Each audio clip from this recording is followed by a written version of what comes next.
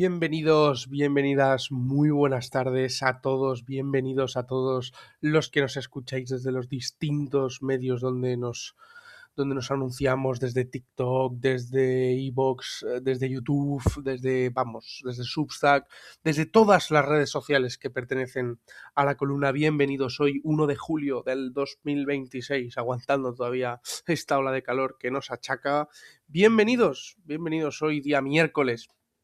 Y bienvenidos al podcast de hoy, que es un poco controversial, un poco así a la aventura, ¿no? Que se podría decir. Lo primero es, bueno, ya sabemos cómo está la situación en global en lo que respecta a Venezuela, y las cifras siguen aumentando y los datos nos datan ya de más de 1900 muertes. La verdad es que es una auténtica pena, es un auténtico momento de dolor absoluto. Todo nuestro máximo apoyo, como venimos diciendo todos los días, todos los podcasts, máximo apoyo desde aquí al pueblo venezolano, que sobre todo se lo merece y lo necesita, porque son un pueblo magnífico.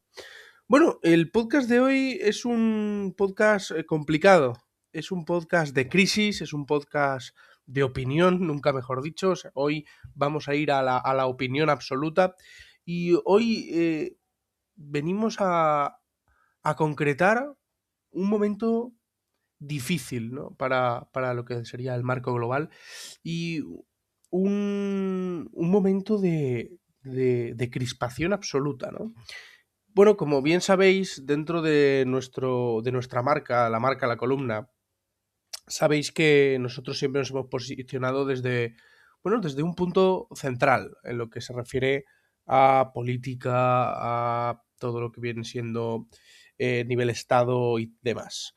Pero hoy venimos a quitarle la venda finalmente a la ideología que podríamos decir o marcar para este periódico, y bueno, no es que nos hayamos decantado ni muchísimo menos, somos así desde que pues tenemos uso de razón, tenemos esa capacidad de investigar, de pensar por nosotros mismos, de saber diferenciar unos y otros, unos problemas, unas soluciones. Yo, tras darle muchas vueltas y poder pues, hacernos una pequeña idea de a lo que nos enfrentamos, pensamos que las bases de todo, como decían, ¿no? Una famosa primera ministra del Reino Unido, ¿no? Economía libre y sociedad ordenada, ¿no? Decía la grande de Margaret Thatcher. Pues yo pienso que vamos por ahí. Yo pienso que ahora mismo podríamos estar hablando de una crisis de ideología enorme. Y en verdad es un problema gigantesco, ¿no? Lo que estamos viviendo. Estamos viviendo un momento donde la gente joven se está desinteresando por la política, y es un problema bastante grande. Es un problema bastante grande, pero en verdad ellos no tienen ningún tipo de culpa. La culpa viene principalmente por la falta de la calidad de la política que venimos viviendo hasta ahora. La juventud se ha completamente desvinculado de la política porque saben que no les interesa para nada. Es una cosa que les pilla muy lejos, que no les interesa, que votan cada 4 años porque mira, y hay algunos que ni votan, y estamos viendo sobre todo la chispa que lleva a esa crisis de existencia en, bueno, en la política actual, porque actualmente tenemos una crisis de existencia. Igual que esa crisis de existencia conlleva una crisis de ideología, que es uno de los principales problemas que afectan a los jóvenes en lo que se refiere a la política. ¿Cuál es el problema? El problema es que no saben y no se interesan. Y como ni saben ni quieren interesarse, las políticas y las ideologías les surgen como algo más. Basta con que escuchen la típica frase tonta del partido de turno para arrancar ese voto joven, y así pues constituir un partido de X extrema o X ideología que se lleva todo el voto joven. No sé si sabéis a qué me refiero. Además, esto es un problema muy gordo. Esto es un problema muy gordo porque nos encontramos ante una sociedad muy dividida, muy crispada por las situaciones políticas, no tanto los jóvenes, que también, pero vemos un momento de demagogia absoluta. Vemos un momento donde nadie quiere o pretende enseñar una ideología, sino que pretende imponer. Y hoy, como va a ser, por lo que parece ser, día de frases célebres, podríamos invocar al bueno de Unamuno. Unamuno, cuando el ejército sublevado dio la conferencia aquella famosa en la Universidad de Salamanca, del cual él era rector y la República lo echó, citó al general Milan Astrait la famosa frase de venceréis, pero no convenceréis. Y eso vengo a recalcar hoy. Hoy no se trata de política en ningún sitio y es normal, porque en nuestro país, por diferencia, la política siempre ha sido tema de confusión y de, sobre todo, de confrontación. ¿Quién no ha tenido nunca la típica riña por diferencias políticas? Yo mismo me puedo sumar a esa lista. Yo he tenido alguna que otra riña, pero no por alzar la voz o por intentar inculcar, solo porque en nuestro país la política es sinónimo de violencia y es una cosa que debemos saber. Pero entonces, sabiendo todo cómo está el panorama nacional y el internacional, porque pasa en todos los países de Occidente y de Oriente también, ¿y por qué hay una crisis no solo de la ideología que predomina en la columna, sino también que es a nivel general? Pues buena pregunta. La pregunta es ¿por qué? Pero también deberíamos preguntarnos que hacia dónde vamos a ir, porque si dejamos de interesarnos por la política, al final vamos a tener un mundo donde aquello esté más lejos de lo que está ahora. Pero entonces, la política, las ideologías, ¿por qué están en crisis? Bueno, tenemos en España, por ejemplo, para no irnos tan lejos, dos bloques gigantes, que son la izquierda y la derecha, como sabemos todos, y tanto izquierda como derecha está cogiendo una serie de papeles muy diferenciales. Gracias a Dios, y porque mira, la juventud se siente, la mayoría, muy patriota y muy señalada, identificada con los símbolos nacionales, llámese himno, llámese bandera. Y eso es una cosa espléndida, es una cosa de la cual todos deberíamos estar orgullosos, porque son las cosas que nos representan y son la seña de identidad que nos hace diferenciarnos de otros países. Pues no, en España, por desgracia, la izquierda poco a poco ha ido desvinculándose con los símbolos nacionales. Pero que no es solo culpa de la izquierda, cuidado ahí. También vemos cómo en la derecha la gente decide apropiarse de todos los símbolos nacionales. Llámese, como decíamos antes, himno, bandera o incluso el toro de Osborne, las tradiciones. Las tradiciones, que esto sí que es verdad que tengo que darle un puntito, siempre ha sido pro conservador, pro derecha, siempre ha sido una cosa de derechas, ha sido siempre las tradiciones. Y a mí me parece esto también una cosa espectacular, fantástica, ya que somos un país abierto, muy abierto al turismo, que menos que resguardar nuestras tradiciones para así ser más diferenciales en lo que al turismo internacional se refiere. Y oiga, a mí esto me parece una cosa fantástica.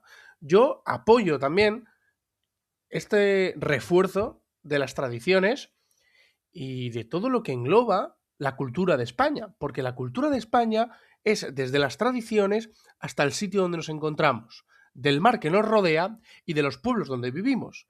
También es característico de nuestra cultura el sol que los ilumina, porque somos el país de Europa con más horas de sol en todo el año, porque somos el país de turismo, de playa y montaña, porque somos el país de la paella, de la tortilla, del jamón, de las excursiones, de las sobremesas. Y somos estos símbolos que deberían achacarse a un nivel general, a un nivel que tendría que ir más allá, porque cuando juega la roja, ahora que estamos en época de mundial, todos somos muy españoles. Y oye, ¿y por qué no seguir este espíritu durante durante siempre, durante todo el año? Por lo menos durante un mes. Estaría fantástico ver cómo durante un mes todos nos comportáramos como si jugara la roja. Sería una cosa fundamental para la continuidad de España como nación y como sentimiento. Porque es que al final el nacionalismo español es algo que todos deberíamos tener. es algo que un extremeño, que un gallego, que un vasco, que un catalán o que un balear debería tener, porque pertenecemos al Estado español y somos un Estado español. Pero dejando a un lado el tema territorial y el tema político, vamos a centrarnos en lo que hemos venido hoy aquí a decir, y es, oye, la crisis que viven los liberalismos y el que define la columna. La columna es nos hemos decantado, ya nos decantamos hace tiempo, por ser un periódico liberal conservador, porque conocemos la historia, porque pensamos como un liberal conservador, defendemos lo que sería como centro-derecha liberal, porque abogamos por ello, porque somos monárquicos, porque creemos que la monarquía es la mejor forma de gobierno, porque creemos que el rey es símbolo de unidad, porque creemos que un político, en caso de una república, no podría ser el representante oficial de una nación, porque sería uno más. Y queremos un símbolo, una persona que simbolice, no uno más en la lista.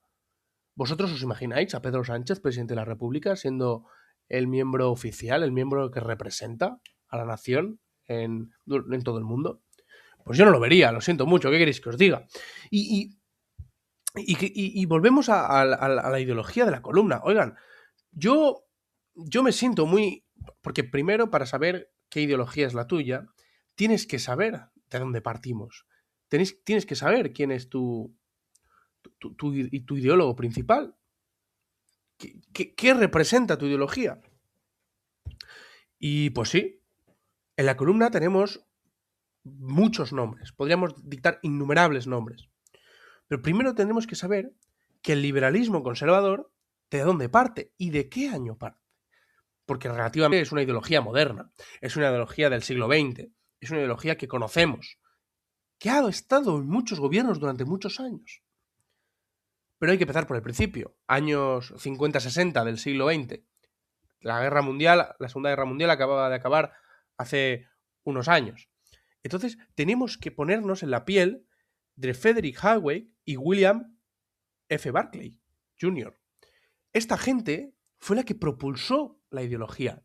Es la que consiguió unir dos corrientes que hasta el momento se pensaban irrazonables. El liberalismo económico, por un lado, que tenemos esa libertad individual, esos mercados abiertos, esa propiedad privada, ese apoyo al individuo, pero también tenemos el sustento y la conservación, nunca mejor dicho, de las tradiciones. Porque una sociedad ordenada, una sociedad con valores, al final es una sociedad rica. No hace falta tener, como decía, ¿no? No hace falta tener oro, petróleo, hierro, níquel para ser una sociedad rica. Si tenemos una población con valores, con cultura, también somos una sociedad rica. Por eso, nuestra ideología, partida de los 50 a los 60 del siglo pasado, creemos que es no la mejor, pero sí la menos mala. Es la que más se acerca a nuestro ideario, ¿no? A esa idea que tenemos nosotros de cómo se debería organizar un Estado. Luego tenemos, cómo no, el auge principal de una ideología, porque si os fijáis, todas las ideologías funcionan de la misma manera. Tienen un año de crecimiento, tienen un X tiempo de crecimiento, luego tienen el máximo auge, como puede ser la Italia de Mussolini o puede ser la Alemania del señor con bigote. Luego tienen una decadencia tremenda y luego hay algunas que pues consiguen volver a lanzarse, otras que gracias a Dios no, y otras que acaban hundiéndose. En nuestro caso tenemos, bueno, pues unos años de oro que algunos pudimos o pudieron vivir y otros no. Estamos hablando de la magnífica época de los 80, con la que nombrábamos anteriormente, con la señorita Margaret Thatcher y Ronald Reagan. Estas dos personas, que son por excelencia el buque insignia del liberalismo conservador, son las personas que han conseguido inculcar, o que consiguieron en su día inculcar, los valores que representaban a la sociedad. Y es algo que deja de qué hablar, porque, claro, hay gente que pues le puede caer mejor o peor Reagan o Thatcher, o si le preguntas a un argentino, Margaret Thatcher no va a ser la persona que mejor le caiga. Pero es que, si nos fijamos, ¿queda algún político como Ronald Reagan? ¿Queda alguna, estamos hablando de los 80, alguna política como Margaret Thatcher? No solo del liberalismo conservador, hablo de todas las ideologías que existen. Es que yo creo que no existe. Y ese es el problema. El problema es que nos hemos centrado tanto en una polarización extrema, en un callejón sin fondo, que no tenemos esas referencias. No te digo que cuando tengas 11 años, tu ídolo quieras que sea un político. Obviamente no. Pero hablo de que hemos perdido completamente el sentido de personas que nos representen. ¿Quién se siente orgulloso de que nos representen? Porque yo no me siento nada orgulloso de lo que representan y de quiénes representan. La verdad es que no estoy nada conforme. Hay que echar la vista hacia atrás para sentirse un poco orgulloso de quién nos representaba. Hay que irse al principio del siglo XXI. Bajo nuestro punto de vista, o bajo el mío, personalmente, yo me siento más identificado con el señor Aznar. ¿Qué quieren que le diga? Un presidente liberal conservador. El último gran liberal conservador de la historia de nuestro país. Y ese es el punto que nos hace falta. Ese es el kit de la cuestión. Cuando tratemos de encontrar gente que nos represente de verdad, volveremos a tener esa participación en la política que también hará que esta misma suba de nivel. Porque una política abandonada es una política de muy poca calidad.